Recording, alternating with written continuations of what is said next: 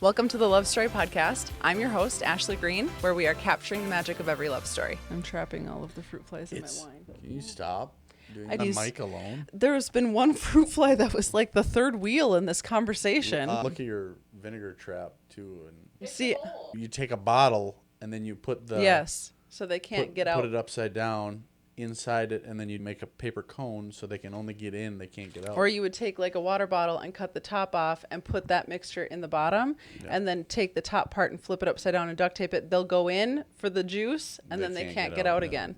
Because what they'll do is they'll crawl around on the edge of that bowl, and they'll like come down for a little drink or whatever, and like you'll get 1/3 of them that way. You cut that bottle in half. Put it upside down. Is this how to take care of fruit flies? Yes. With Jess? This is, I'm telling you. Okay. You put it upside down, and then you make a little paper cone that almost touches the mixture. You do vinegar with rotten fruit. You put the rotten fruit in there rather than your Dawn dish soap and stuff. I'm telling you. You don't catch you fruit fly? Are you going to start selling fruit fly? I should. And we were talking about frog legs at the beginning. Basement? I'll sell Frog legs and fruit fly traps. Fly. Yeah, Formanek's No, not frog traps. legs and fruit fly traps. No, I'm saying we'll sell fried fruit fly. Say fried fruit fly. Fried fruit fly. Fried fruit fly. See? Fried Gotcha. Got him. Say one white rose. One white rose. One white rose. One white rose. One white rose. One white rose. No, you did it wrong. One white rose. One white rose. One fried white fruit rose. fly. Fried fruit fly. Fried fruit fly. Fried fruit. That's hard. Fried fruit fly. Fried fruit fly. Fried fruit fly. Fried fruit fly. Fried fruit fly. Fried fruit fly. Fried fruit. Stop it now. We have to get serious. First. You go first. Fried fruit fly. Fried fruit fly. Fried. I thought you said we had to get serious. You said fried fruit first. fly. Dang, that's tough. Try that, TikTok. You can't address TikTok in TikTok universe. Sorry. You have to not. The whole point of being on TikTok is acting like you're not on TikTok. Are they talkers? Stop it. Try that, talker. Stop it. You don't say anything. I don't have TikTok, so I don't know. Don't address it. Fried fruit fly. Fried fruit fly. Fried fruit fly. Fried fruit fly. Fried fruit fly. Dang it. Too many brain busters. Get real. Okay, so the conclusion of our last episode, Jesse Formanek, you asked, does it ever get better? Or does it ever... Do we ever have any happiness? Yes. I loved you the whole time, man. It was so I loved happy. you the whole time. It's not a matter of love. Cool. And this concludes the Formanek... Stop it. I think that's like a super important lesson that I needed to understand, was that just loving someone isn't enough. Yeah. That it involves work and self-sacrifice and things that I wasn't able to or willing to give at the time. And so you want to get into the 10 years, 9 years apart? apart? We get into that? I was a train wreck. Well, I wasn't a train wreck. What I want to say is... More of a bus crash. more of a fender bender. Yeah. So what I did in response to this relationship not working out, this love of my life that I like adored and wanted things to work so badly. Me. Yep. Yeah. That's what, Let's point that out. You. Remember, it was me. But train wreck of a story. A love story. This is the Love Story Podcast, right? Yes. What my response to losing this relationship and not being able to make it work was like, and I've talked about it on like After Dark episodes where Allie and I have talked about relationships, and Reva and I have talked about relationships that we've done. I did a lot of bad relationships, and I looked at it as I got all excited. We're going to the restaurant, my favorite restaurant, and I'm going to order my favorite dish. And I'm so excited to go to the restaurant, and I'm so excited to have my favorite dish. And we get to the restaurant, and all I want is mac and cheese. And I've had it in my head that I'm going to have mac and cheese, and I really have been craving this mac and cheese. And I get to the restaurant, and they tell me, sorry, we're fresh out of mac and cheese. And then I just treated every relationship after that like, I guess it doesn't matter what I eat then. And so the first relationship after you, I called him a bag of milk. He was just like boring. I was like, you and I had such a like fun connection, and we were so in love with each other, and we were so, but also like... You wouldn't know it if you listened to it. You wouldn't know it if you listened to it, but it was a lot of fun.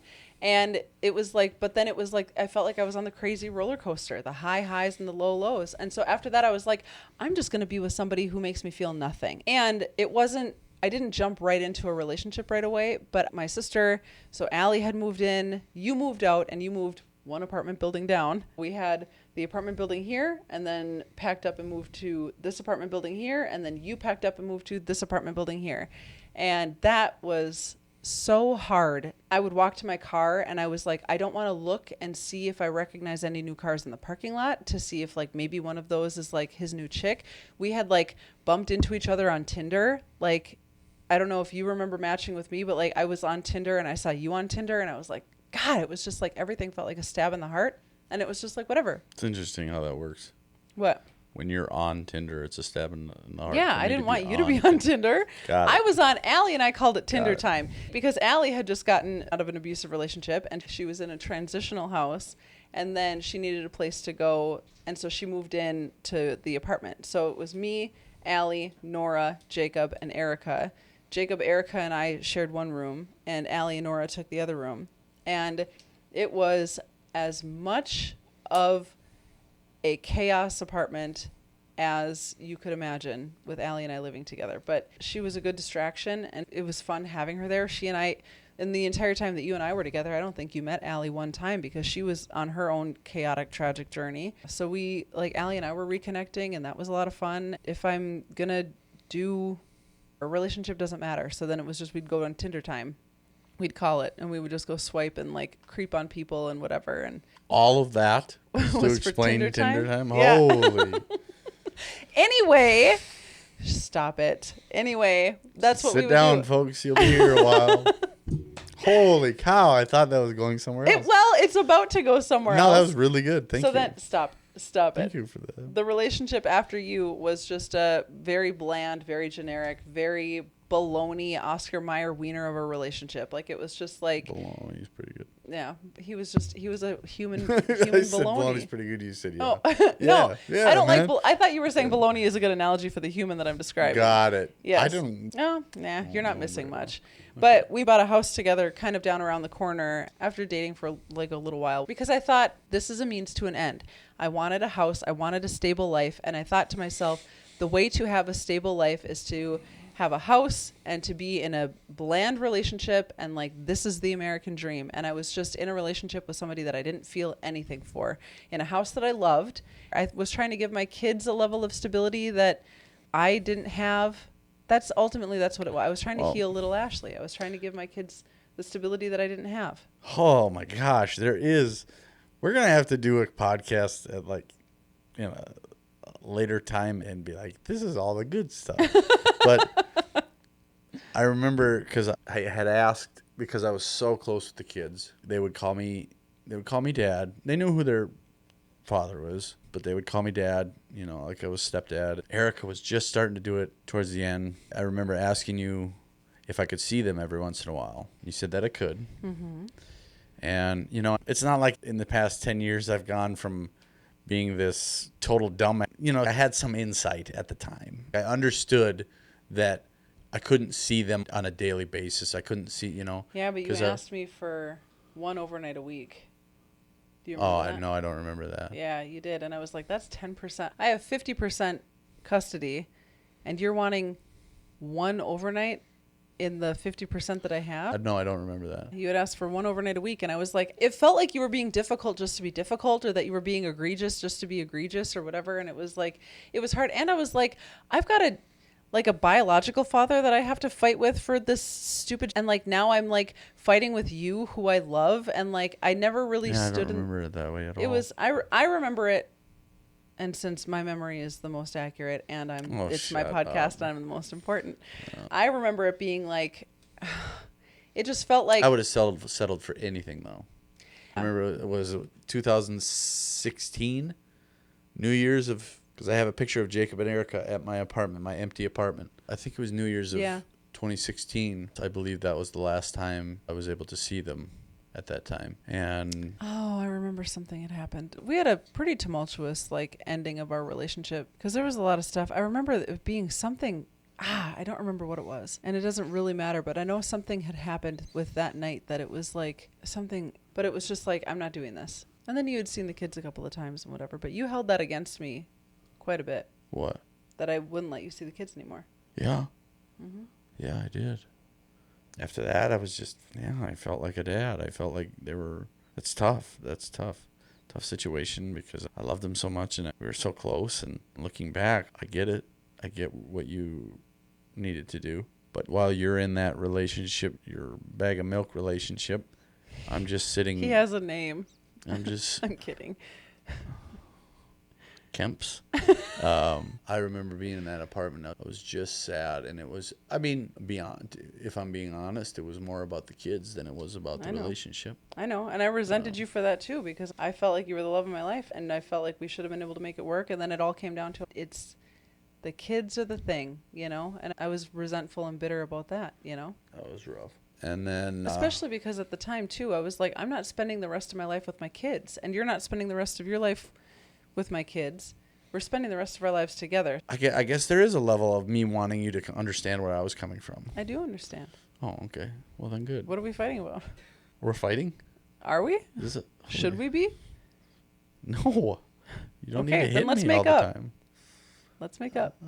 Kisses. Love you, babe. Kisses. Yeah, I was just sad for like a year. And then I met a woman that I thought there was potential with. All right, let's talk vodka. Not the boring, flavorless kind you panic buy before a party, but something with actual personality. Norman's Shuck Vodka from Garden State Distillery. This stuff is distilled in small batches in Toms River, New Jersey, and it's infused with oysters, seaweed, and sea salt.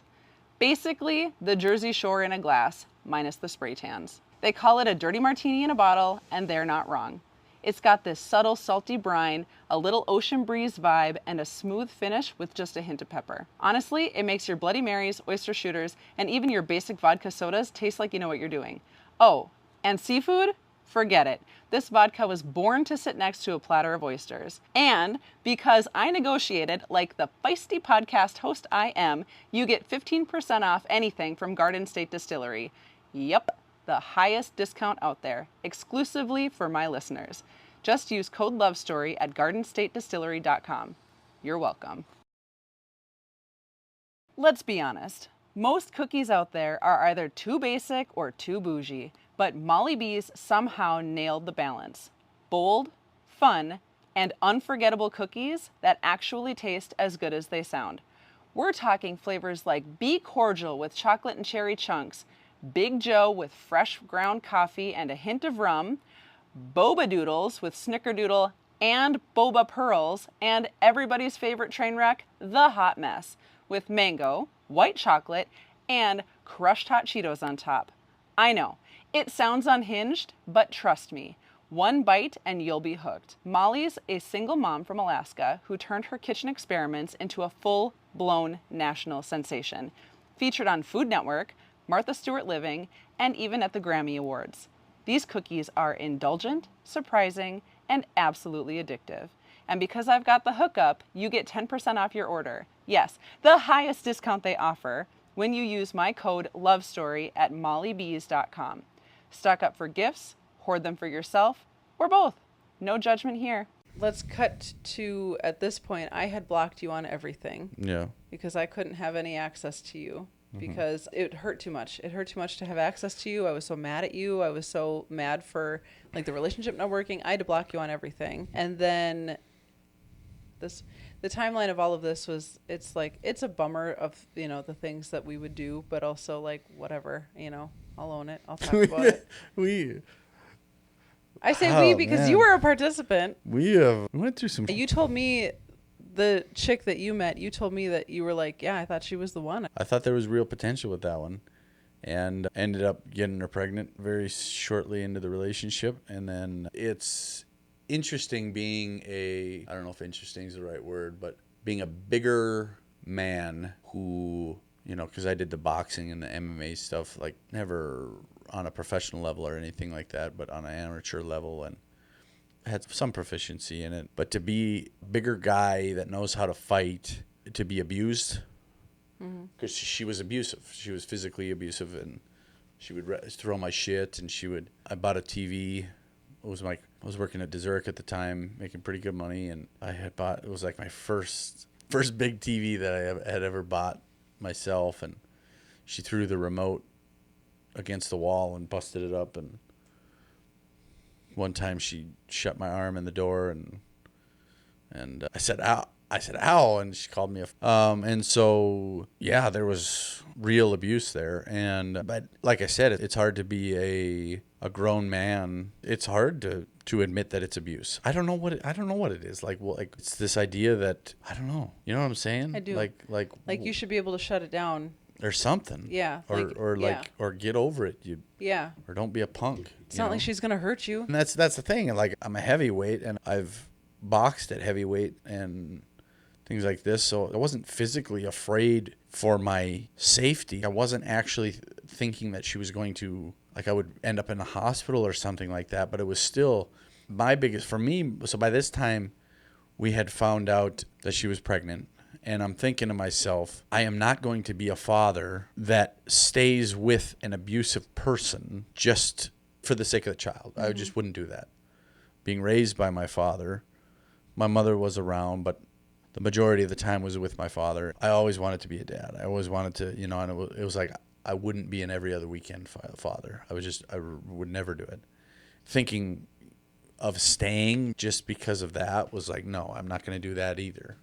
That whole thing was another really difficult time in my life, because even though she's abusive, even though she's actually hitting me and degrading me, a pretty face saying that he's a bad guy, people believe it. You know what I mean? So I was painted as the bad guy. And I remember going to court for custody with my daughter, Sophia. But she told the judge that I had never been violent, that I had never threatened any violence towards her. She told the judge that. I remember that. And I remember having to show my ID to a 16-year-old to get time with my daughter. That was a really difficult point in my life. And all throughout that, I'd have times where I wouldn't think about you. I'd have times where I was all good, but then something would just, I'd hear a Weepies song. It's like, there she is. There's Ashley again, And every time I would drive by, like, the kids were going to school across the street, and every time I would drive to drop them off or whatever, I was just like, did the thing where I was like, I want to look, but I don't want to look, just to look to see if I saw your car, or just to look to see. And there was one time we were driving, you don't remember this, and I don't remember where it fell in the timeline, but there was a handful of times that our paths would just kind of naturally cross.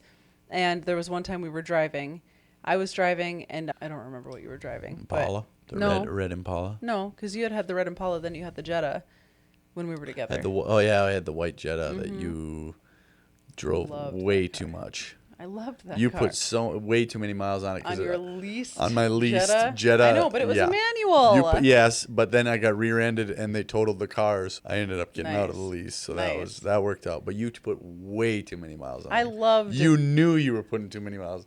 Why would you get into a lease? That was the crazy thing. You're right. It's my fault. It was your fault. What am I Fault. thinking? Thank What am you. I thinking? So, anyhow, we were driving. I don't think it was the Jetta. Hey, I just wanted to take a second. Thank you for putting me in my place just now. Oh my gosh, I appreciate that, babe. Yeah, but anytime, I'm always going to be here to kick you down where you belong. Thanks. Of course. It's so sweet. You were driving, and I was driving, and I knew it was you. That was the first time, because we had lived in the same area out in Sartell, like a couple of blocks from each other, and this was the first time that I had seen you in traffic driving, and I don't remember if I was in front of you or if you were in front of me. I think you were in front of me. Either way, trying to get you to pull over. And at one point, somewhere along the way, you did. I don't remember where we pulled out. Like, I was trying to get you to, or something. Hey, Jess, pull over. Flash much or whatever. No, I didn't do that. Don't make a comment. I didn't say anything. Stop. You wanted to, and you thought it. Don't assume that I'm going to say anything. Stop it. You're a jerk. Big knockers. Sorry. You're going to compose yourself? I hit the microphone. Compose yourself before we continue. Just thinking about those cannons. Stop it. This is a family-friendly podcast. All right. Don't worry. She'll edit it out. It's fine. So anyway, we pulled over to the side of the road and we had a little conversation or whatever. And that was one of the first, I remember, that was just one of the times that we had, because as much as I was just so tragically upset with the way that our relationship had played out. Yeah. I couldn't look at you and not smile, and I couldn't think about you and not smile. And that was one time that we had kind of briefly connected. There was another time I remember being out in the studio at the house that I loved in Sartell, working in my studio where I got to be alone and just sand furniture and just work on stuff and deconstruct stuff and Yeah, really. I know. Get these old hands dirty. Yeah. You know? Stop it. No more extension cords from me. No, I was at my studio and I had blocked you on everything. And occasionally I would just like go look at my blocked text messages to see, like, I don't know, has anyone tried to reach out to me lately? Oh, I'd scroll through my whole blocked list. Kidding. No. Just move on. Just like, I don't know. And Weirdo. Every single time, I don't know what it was, but every single time that you had texted me in the 10 years that we were broken up, and I would go in and look at my blocked text messages, it was within a week that you had texted me. Yeah, that's because the universe has wanted us to be together. Yeah. That's why. Yeah, that's why. Come on. It's obvious. And when you had texted the one time that I was in the studio and I saw your text message, I was like... Do you actually believe that? That the universe wants us together? Yes. Yes, I do. I do too. Yes, I do. It's crazy. It is crazy. It's crazy. I know. Should we say again how crazy it is? Because here I am. Abby's going to have to edit that out. I don't know what I can say and what I can't. You can't say "grr." Oh, I'm sorry. You just did. She's going to edit it out. Okay. She's going to be a whole montage of Abby's going to edit it out. She'll edit that out. Abby's got to edit that out. Okay. Because here I can't am, say little that. mother trucker. Okay, what did we at? Where So we anyway, you had texted me and I saw that you had texted me and I think it had been like maybe a day or two prior. So I texted you and we proceeded to have a scandalous conversation. Scandalous because I was in a relationship. I don't know if you were in a relationship at the time and I don't know where you were at. Probably At not. one point, you did ask me to come sign an affidavit for you when we were broken up. I think your attorney got a hold of me to have me sign an affidavit saying that you were not a threat to my kids and I trusted you with them emphatically the entire time. I do remember that. Yeah. So then I had done that. And you did. I did. Because you... Very willingly, even though I was still mad at you and heartbroken. I was like, of course I will. As you sign it.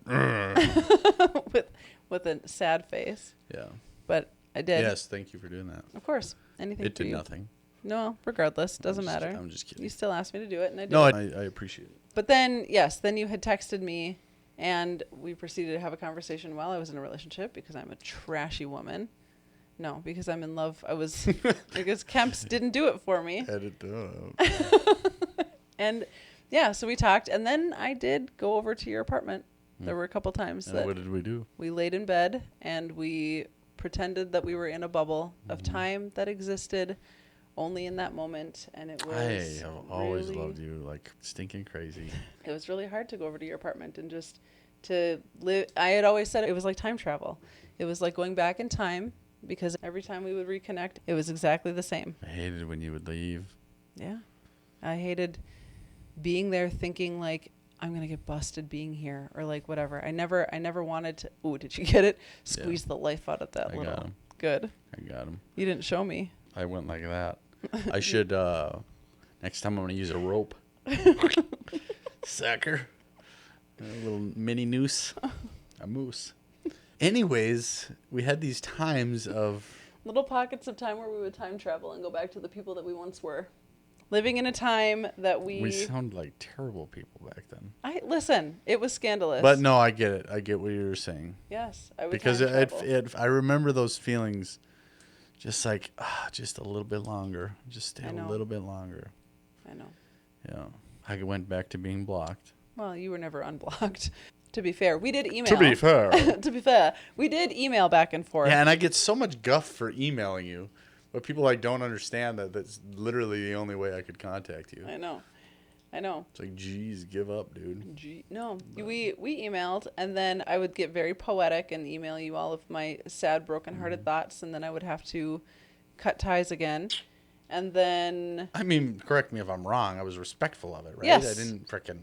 Yeah. It's not like I was... You weren't standing on my front lawn with hey, a you boombox, sucker! you know. Or like, I'm going to beat up your boyfriend. Nothing like that. No. But I would reach out every once in a while, and Yeah. There was periods of time where I was didn't, you know, and that's the thing is, and I think we both want, because we've had this conversation. We got our air. notes together. Yeah. Off air. Created a timeline. Agreed to stories that we wanted to. Can you just let me? Neither of us were sitting there waiting for the other person, but I definitely because I had made a commitment to myself that I wasn't going to be with a Kemp's type of person. I made a commitment to myself after my child's mother. I decided I am no longer going to be in a relationship just to be in a relationship. Mm-hmm. I am no longer going to be with someone just to be not alone. And I was single for a long time because of that commitment that I made to myself. And I don't regret that at all. I was single and just kind of living my life. And then now we can start, for me, Get to the good stuff. we can start getting to like, not everything sucks. Oh, there's a happy story. Whatever. He can function now. There was real growth as far as the anxiety. I did get 50% custody of Sophia, legal and physical. And so, yeah, there was like some good things happening. For a while there, you weren't really... On your mind? Yeah. Mm-hmm. I had other stuff going on, and I think that was right around the pandemic time for me. It was probably shortly before the pandemic, because then I opened up the store. I'd had the showroom in the Regency, and then I moved across the street, and I'd opened up the store. So, yeah, I'd opened up the store, and I was doing that and focusing on that, and you were focusing on... Sophia would have been, what, 2-ish when the pandemic started? Yeah. Yeah. Ish. Yeah. We both had kind of other stuff going on. I didn't think about you. There was a period of time, I thought about you a lot early on. And then after, it was probably one of the last times that I was like, yeah, it was too hard. It was too hard to go back. It was too hard to time travel with you, because it felt so like that's all I wanted. And then it was just like further and further out of grasp. From my perspective, I didn't want to put myself in a position where I could go back to, because I wanted to be with you, but I didn't want to be put in a position where I would potentially lose that connection with the kids again. Mm-hmm. So that was a factor too. Yeah, that was really hard. But anyways. Yeah, continue. It's neither here nor there. We continue what? Continue with your story. You were talking about you had other stuff going on, and you had made a lot of leaps and bounds and strides and things in the anxiety world. The old noggin. noggin. And the old noggin, yep. And the old steel trap of old Jesse Formanek. Yep. Mind control. Boom. How does You were getting control of your mind, Jesse. It's called keep up, not catch up. Oh, come on. Great. Don't be a meanie. Well. Okay, see, this is what I deal with now. I know. It's real tough for you. Out of the frying pan into the fire. Anyways, so where are we at? Where? You were doing good. Doing goodly. Yep, good stuff. Real good stuff. You'd gone down to Texas, which when you told me that you'd gone to Texas for your brother's... Sorry. Go ahead. Put them up there. No, I just don't want to be care about again. your stinky feet. Well, thank you. It's not your feet, babe. It's your shoes. Oh, good. That your feet are in. What? And what? Did you mumble something? No. Okay. Good. You'd gone down to Texas. When did your I brother had get gone married? Don't ask Texas. Don't ask Gotta that. have a fiddle I in don't the band? remember. All right, fine. Years ago. Okay. That was 20. Oh, good, babe. 22. So yeah, okay, yeah. I went to Texas. Yeah, when you told me that you'd gone to Texas, I actually was kind of resentful of your travel anxiety problem too, because I was like, I just want to travel with you. And then I was actually really proud of you when you went to Texas. Like it was like, that's cool that you were able to do that. That was a big deal, because there was a period of time where I couldn't even sit in a car because the anxieties were so bad. Yeah. But I went to Texas with my dad and brought my brother a wedding present. It was a Honda Hobbit moped. Mm-hmm. I had stripped it all down and you were working on that when we were. I think you'd gotten that when we were together. No. Then maybe you told me about it one of the nights that we were. See, I remember that is not true. Oh, good. My brain works good. I bought that specifically for my brother. Then you had told me about it after we were. For his wedding. Anyways. That was just a little aside. Holy cow, we're still really far back in this. Well, okay, so the pandemic happened. Where are we at? And then 2020? 2020-ish. Pandemic happens. You've got leaps and bounds and strides and, steps. Doing better. Yep. Let's take a moment and talk about that. The fact that recovery from anxiety is possible. Mm-hmm. It's a thing. Mm-hmm. You can do it. Keep trying until you find what works. There are so many advancements and strategies, and I'm not advocating for or against medication.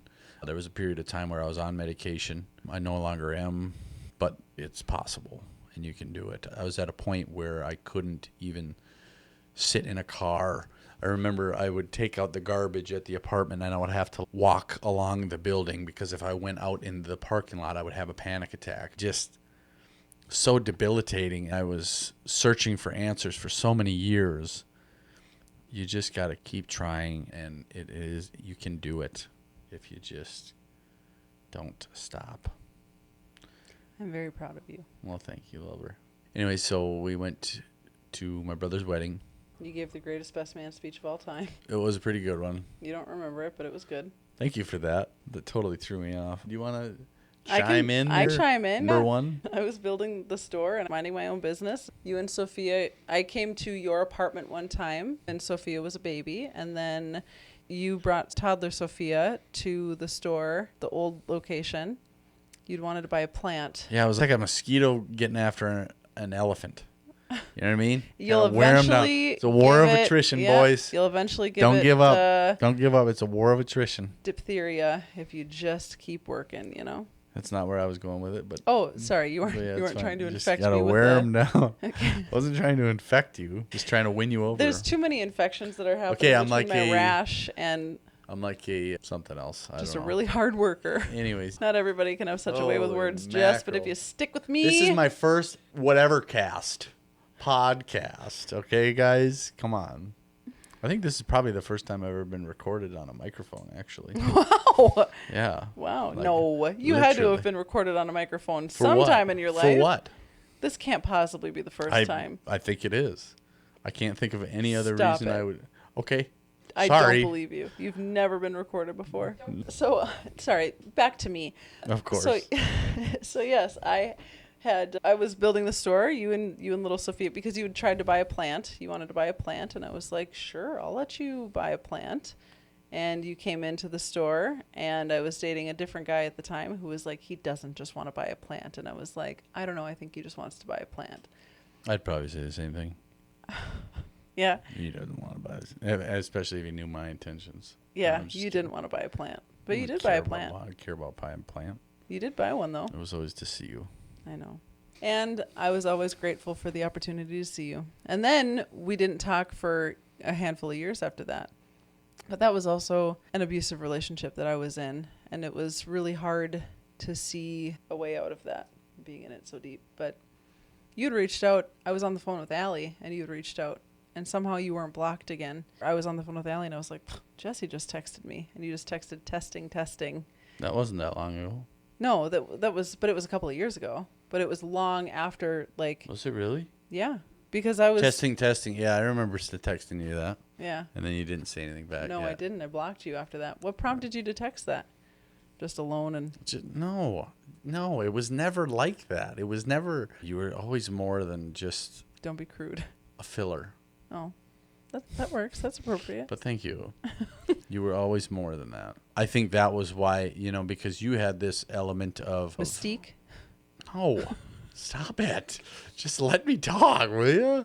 Holy mackerel. Mystique. No. Oh, my gosh.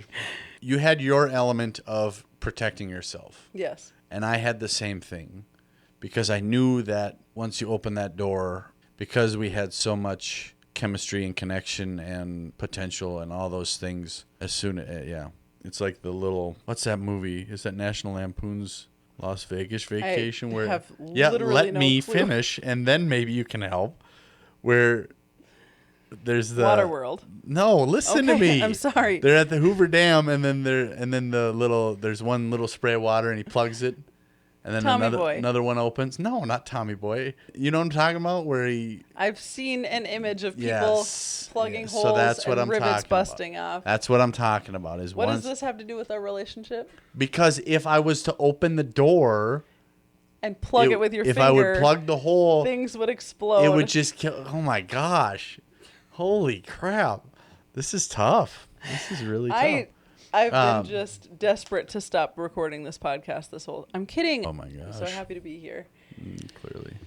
Do we wrap it up? No, we don't have to wrap it up. It's my podcast. Oh, okay. You had your ways of protecting yourselves. Yes. And I knew that if I would continue to reach out, it would just hurt me more. Yes. Because you were always more than just a fun night. right? You were more than that. And it was my way of testing things without getting hurt too much, Yeah. you know? Yes. And then, so where are we at now? Now we're pandemic. We're in you were just living your own single life, doing your own single thing, minding your own single business. And I was doing my own thing. And then this would put us to, you would not have been on my radar again. So my timeline into the recent history, the pandemic was just kind of mushy time, whatever. It doesn't really matter what happened because time didn't matter. I was at the store and then moved to the other store, and now I'm, here and whatever. And I had my goals and dreams and aspirations for all the things that I was going to do, and just kept building my empire. And then I ended up moving out, buying my house, and ending the abusive relationship that I was in, and going off to be doing my own thing. And again, just kept feeling like I am just continuously letting the kids down, continuously like shaking their foundation, continuously like ripping the carpet out from underneath of them, like all I wanted, because I didn't have a stable life growing up. I didn't have a stable home. I don't have that like childhood home that I could go back to. I don't have a stable mom that I could go back to, Yeah. And so it just felt like I was constantly in pursuit of giving my kids mom and a dad and a house and a yard and a dog and stability. And that was what was driving me. And it was really hard to continuously feel like a failure, and to continuously, our relationship ended and it was like, okay, fine, Kemp's it is. And then to go to Kemp's and I was such a mean person in that relationship, because it was just like the more and more of a disappointment of like in every way that person was. And then to just be like, I can't find it in myself to continue to like be nice to this person who would act like a man child. I'm not here to be the mother of a grown adult. So that was hard. And I was like, I don't like the version of myself that came out in this relationship. And then after that relationship, ended up in a relationship with a little guy. And I was so angry with the way that he had treated me, and the abuse that I had experienced. It made me a very angry person, and made me very like volatile, and in ways that like I didn't like, and I didn't ever want. Oh God, I would like just break things and throw things, and I just wanted to hurt because of all of the ways that I still hurt. And that was really tough to see myself, pull outside of my body, and to see myself as that person, and to just be like, oh yeah. So then to leave that relationship, and then to go like to have the house and whatever, even having my own house just didn't feel, at that point Jacob had moved out. He like only moved into the house for a couple of months while he was kind of in transition doing his own thing. So I felt like I failed him, giving him a place to come back to. I felt like Erica was just going from, she'd get a room set up and then we'd move, and then she'd get another room set up and then we'd move. It just felt like a constant perpetual failure for these kids that deserve to have better than what I had had. Yeah. And in pursuit of giving my kids better than what I had had, I just gave them the exact same Yeah, wow. But it's also, we're all just doing the best we can. I know, but it was hard. It was hard to do that. And so I just had the house and whatever, and then still was just kind of doing my own thing and doing the store, and I was supporting myself and paying all of my bills and growing business after business and just trying to make it work. And last year, this time was really tough because I had like bought the house and drained my savings and had a trip planned to go to Vegas. And so it was just like kind of struggling financially and whatever, and just still being, happy to be doing it on my own, and to just, because that was the thing that nobody had ever told me, like, hey, by the way, you could do it on your own. Nobody ever told me that. My mother, I'd watched my mother leech off of men and leech off of my grandmother. She had never done it on her own. And I didn't know that was an option. Nobody gave me permission to just try it on my own, and for somebody to have like, nobody needed to give me permission to start a business, and nobody needed to give me permission to be such a risk taker in any other way of my life when it came to relationships. And when it came to building a home, nobody told me that I could do it on my own. I didn't know that was an option until I realized it was an option. And then it felt like it was too far gone. I had disappointed my kids too many times, and then I got asked to do the Dancing with the Stars thing with the guy that I was kind of dating at the time, and that was really tough because that was... So now we're pretty recent. Yeah, now we're pretty recent. This would have been a little over a year ago. So I had got asked to do that, and I loved the Dancing with the Stars experience, and I would do it again, but it was tough to be asked to dance with a person that I had only just kind of started dating and was seeing a lot of red flags. Things that it was like, at this point, it was like, you know what a red flag looks like.